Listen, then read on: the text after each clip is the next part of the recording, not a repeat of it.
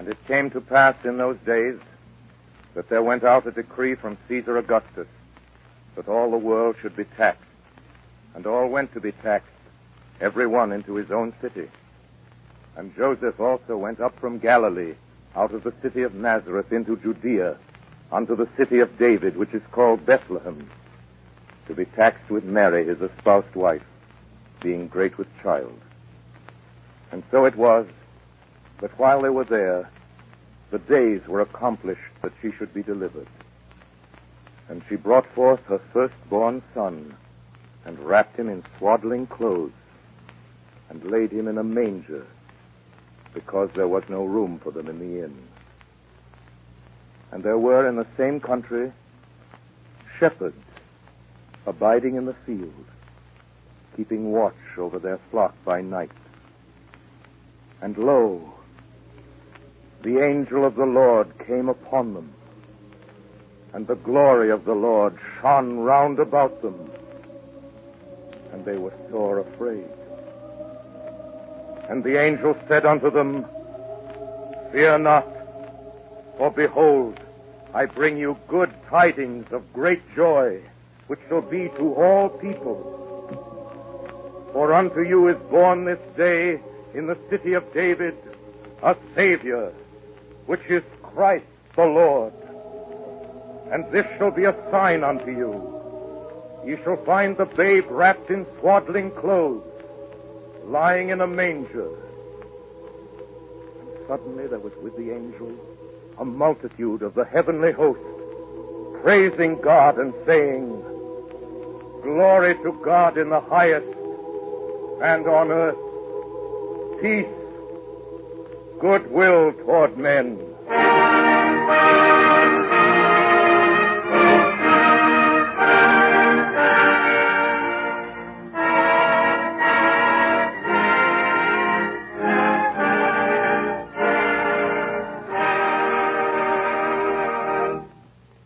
I just read you the story of the Nativity as told by St. Luke in the Bible, according to King James.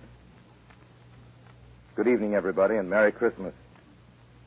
This is Orson Welles bringing you another radio show for Lady Esther, a Christmas show. God rest ye merry gentlemen, let nothing you dismay. Remember Christ our Savior was born on Christmas Day. Christmas is the time for warm spirits and high feelings. The season to hang a holly wreath on your door and set up a fir tree near your heart.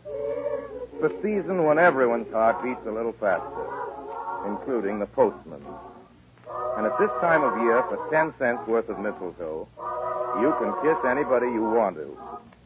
It's the only time of the year a lot of people ever sing a song. Good King Master of the South, on the feast of Stephen, when the snow lay round their Above all, it's the time for good things, for plum puddings and Santa Claus and Dunder and Blitzen and Tom and Jerry.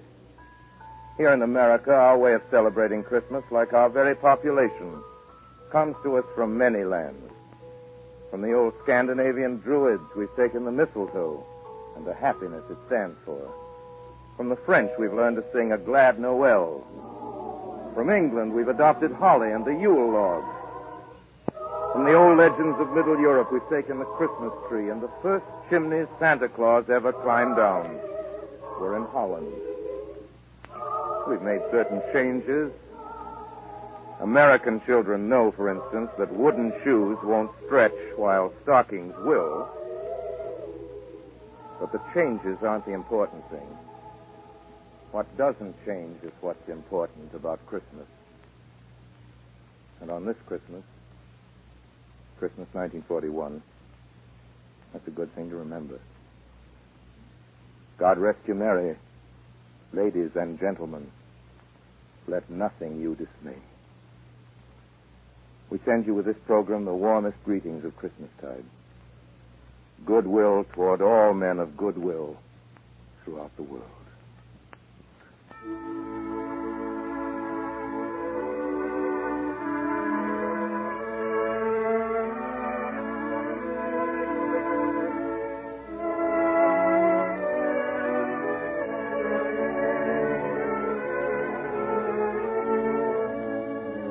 Our story tonight is an apostrophe to the spirit of giving.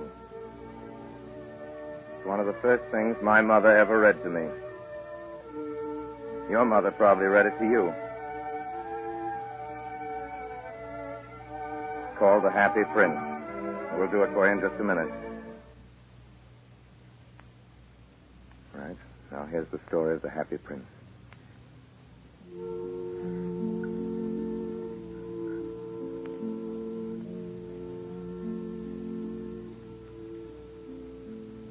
High above the city, on a tall column, stood the statue of the Happy Prince.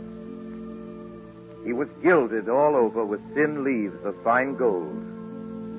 For eyes, he had 2 bright sapphires, and a large ruby glowed on his sword hilt. He was very much admired indeed.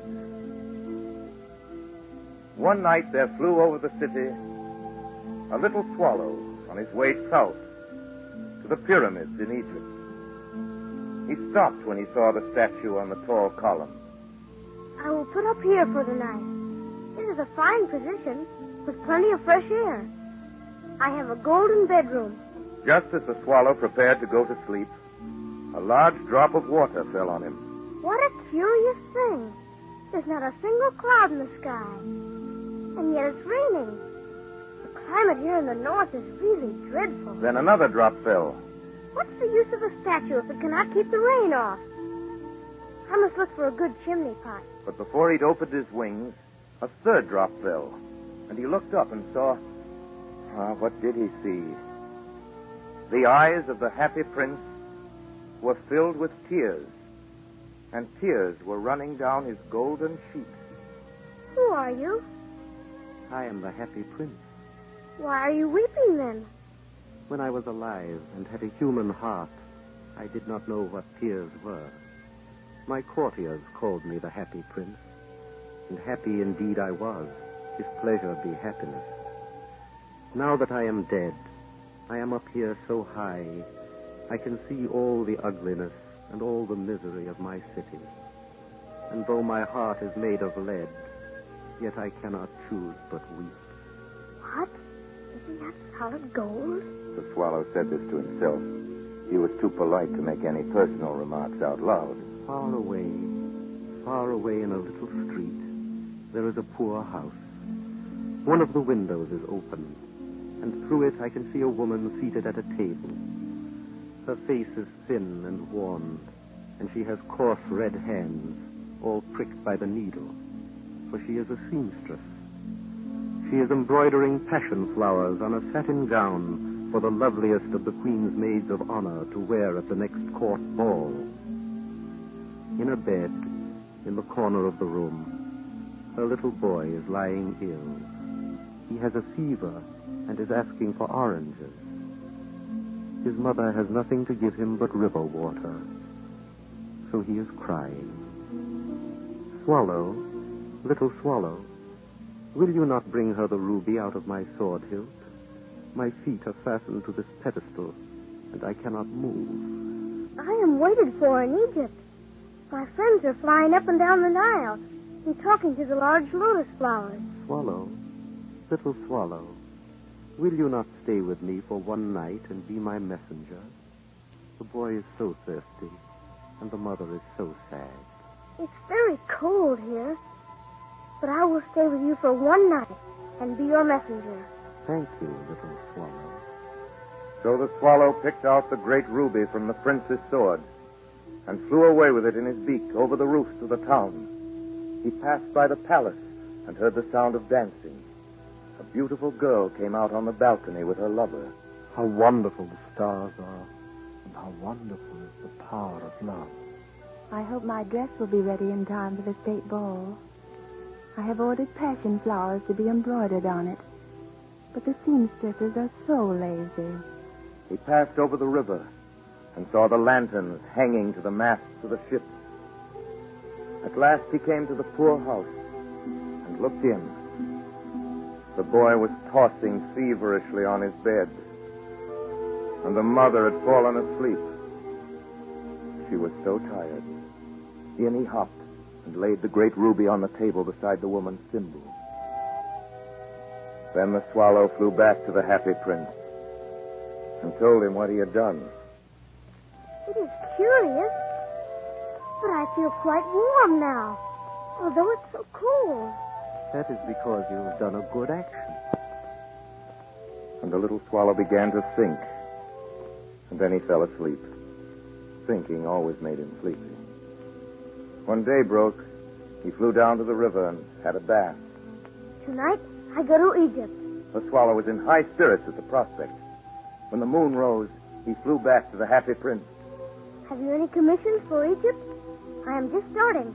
Swallow, will you not stay with me one night longer? I am waited for in Egypt. Tomorrow my friends will fly up to the second cataract. The river horse couches there among the bulrushes. And on a great granite throne sits the god Mammon. Swallow, swallow, little swallow. Far away across the city, I see a young man in a garret. He is leaning over a desk covered with papers. He is trying to finish a play for the director of the theater, but he is too cold to write anymore. There is no fire in the grate, and hunger has made him faint. I will wait with you one night longer. Shall I take him another ruby? Alas, I have no ruby now. My eyes are all that I have left. They are made of rare sapphires, which were brought out of India 1,000 years ago. Pluck out one of them and take it to him. He will sell it to the jeweler and buy firewood and finish his play. Dear Prince, I cannot do that. Swallow, swallow, little swallow, do as I command you. So the swallow plucked out the prince's eye and flew away to the student's garret. It was easy enough to get in as there was a hole in the roof. Through this he darted and came into the room. The young man had his head buried in his hands, so he did not hear the flutter of the bird's wings. And when he looked up, he found the beautiful sapphire. I'm beginning to be appreciated. This is from some great admirer. Now I can finish my play. The next night, the swallow flew back to the happy prince. I am come to bid you goodbye. Swallow, swallow, little swallow, will you not stay with me one night longer? It is winter, and the chill snow will soon be here. In Egypt, the sun is warm on the green palm trees, and the crocodiles lie in the mud and look lazily about them. My companions are building a nest in the temple of Baalbek. Dear Prince, I must leave you. But next spring I will bring you back 2 beautiful jewels in place of those you have given away. The ruby shall be redder than a red rose, and the sapphire shall be as blue as the great sea. In the square below, there stands a little match girl. She has let her matches fall in the gutter, and they are all spoiled. Her father will beat her if she does not bring home some money, and she is crying. She has no shoes or stockings, and her little head is bare. Pluck out my other eye and give it to her, so her father will not beat her. I will stay with you one night longer, but I cannot pluck out your eye. You would be quite blind then. Swallow, swallow, little swallow, do as I command you. So he plucked out the prince's other eye and darted down with it. He swooped past the match girl and slipped the jewel into the palm of her hand. Then the swallow came back to the prince. You are blind now, so I will stay with you always. No, little swallow, you must go away to Egypt. I will stay with you always. And he slept at the prince's feet. All the next day he sat on the prince's shoulder and told him stories of what he had seen in strange lands. He told him of the red ibises who stand in long rows on the banks of the Nile and catch goldfish in their beaks, of the Sphinx, who is as old as the world itself and lives in the desert and knows everything, of the king of the mountains of the moon, who worships a large crystal, of the great green snake that sleeps in a palm tree and has 20 priests to feed it with honey cakes.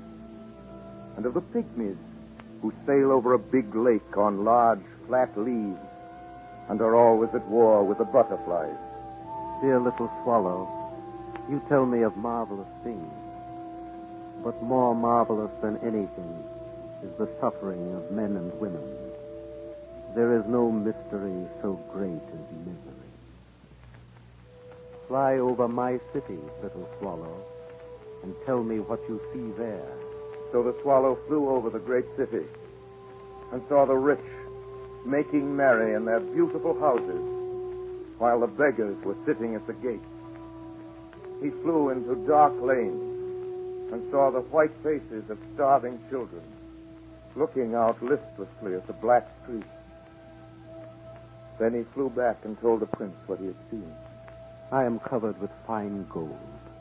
You must take it off, leaf by leaf, and give it to my poor. Leaf after leaf of the fine gold the swallow picked off, till the happy prince looked quite dull and gray. Leaf after leaf of the fine gold he brought to the poor, and the children's faces grew rosier, and they laughed and played games in the street.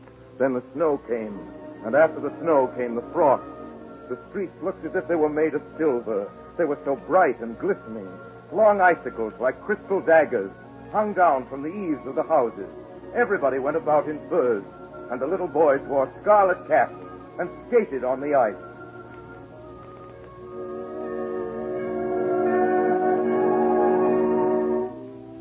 The poor little swallow grew colder and colder. He would not leave the prince. He loved him too well. He picked up crumbs outside the baker's door when the baker was not looking. Tried to keep himself warm by flapping his wings. But at last he knew that he was going to die.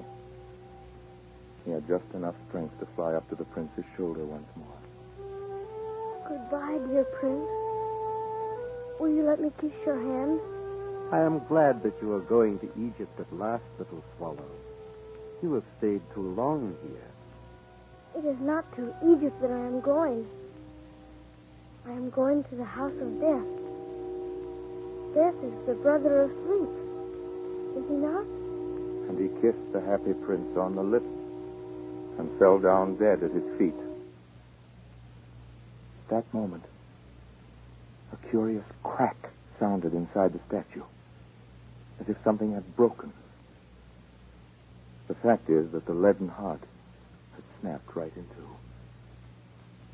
Certainly it was a dreadfully hard frost. Early the next morning, the mayor was walking in the square below in company with the town councilors. As they passed the column, he looked up at the statue. Dear me, how shabby the happy prince looks. And here is actually a dead bird at his feet. We must really issue a proclamation that birds are not to be allowed to die here. And the town clerk made a note of the suggestion. So they pulled down the statue of the happy prince. And then they melted the statue in a furnace. And the mayor held a meeting of the corporation to decide what was to be done with the metal. We must have another statue, of course. There shall be a statue of myself. Of myself. Of myself. Of myself. Said each of the town councilors, and they quarreled. When I last heard of them, they were quarreling still. What a strange thing. Said the overseer of the workmen at the foundry. This broken lead heart will not melt in the furnace. We must throw it away. So they threw it on a dust heap, where the dead swallow was also lying. Bring me the two most precious things in the city, said God to one of his angels. And the angel brought him the leaden heart and the dead bird. You have rightly chosen, said God. For in my garden of paradise, this little bird shall sing forevermore. And in my city of gold, the happy prince shall praise me.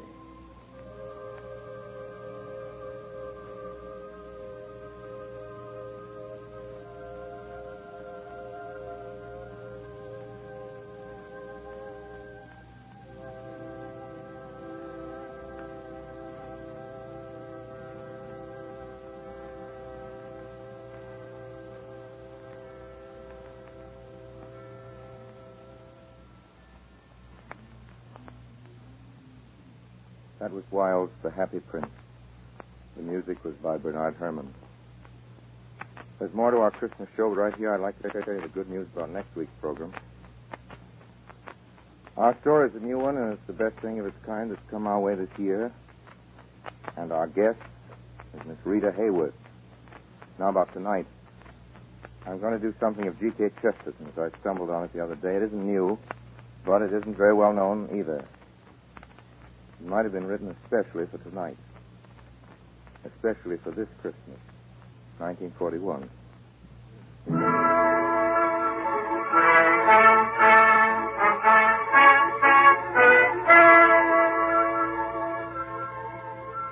Our whole program tonight is intended to be a sort of radio Christmas card from Lady Esther and from all of us in the Mercury to you.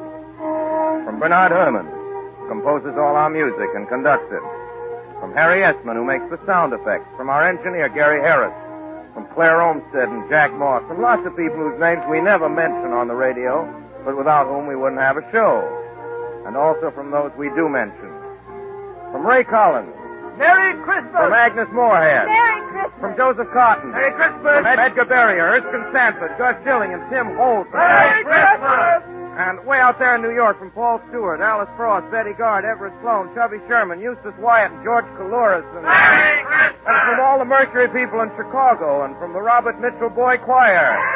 And from the orchestra, and from everybody. Merry Christmas! And of course, really, no proper Christmas card is complete without a few gay rhymes. And, of course, Joe's right. We want our greetings to be as hospitable as any host, inviting you in on Christmas morning. Come, bring with a noise, me merry, merry boys, the Christmas lawn to the firing. For my good dame, she bid you all be free, and drink to your heart's desire. We want our greeting to be as generous as the beggars. Christmas is coming, the geese are getting fat. Please to put a penny in the old man's hat. If you haven't got a penny, a halfpenny will do. If you haven't got a halfpenny, God bless you. We want our greeting to be as logical as the farmers. At Christmas, play and make good cheer. For Christmas comes but once a year. You know, those rhymes are really honest-to-goodness old English and American poesy. And now, because we want our greeting to be timely and very beautiful, too, here's the Chesterton poem I promised you. Passionate peace is in the sky, and in the snow is silver sealed. The beasts are perfect in the field, and men seem men so suddenly. But take 10 swords, and 10 times 10, and blow the bugle in praising men, for we are for all men under the sun, and they are against us, every one. And misers haggle, and madmen clutch, and there is peril in praising much, and we have the terrible tongues uncurled that praise the world to the sons of the world. The idle, humble hill and wood are bowed about the sacred birth. And for one little hour, the earth is lazy with the love of good. But ready are you, and ready am I, if the battle blow and the guns go by. For we are for all men under the sun, and they are against us, every one. And the men that hate herd all together to pride and gold and the great white feather. And the thing is graven in star and stone, that the men who love are all alone. Hunger is hard, and time is tough. But bless the beggars and kiss the kings, for hope has broken the heart of things, and nothing was ever praised enough. But hold the shield for a sudden swing, and point the sword when you praise a thing, for we are for all men under the sun, and they are against us, every one, and meme and merchant, thane and thrall, hate us because we love them all. Only till Christmas tide go by. Passionate peace is in the sky.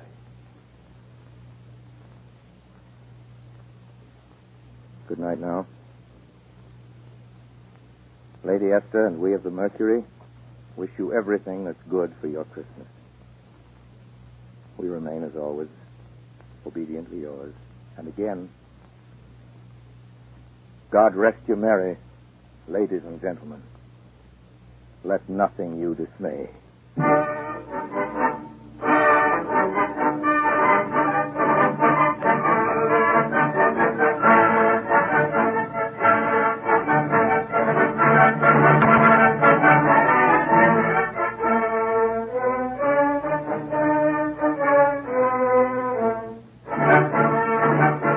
This is the Columbia Broadcasting System.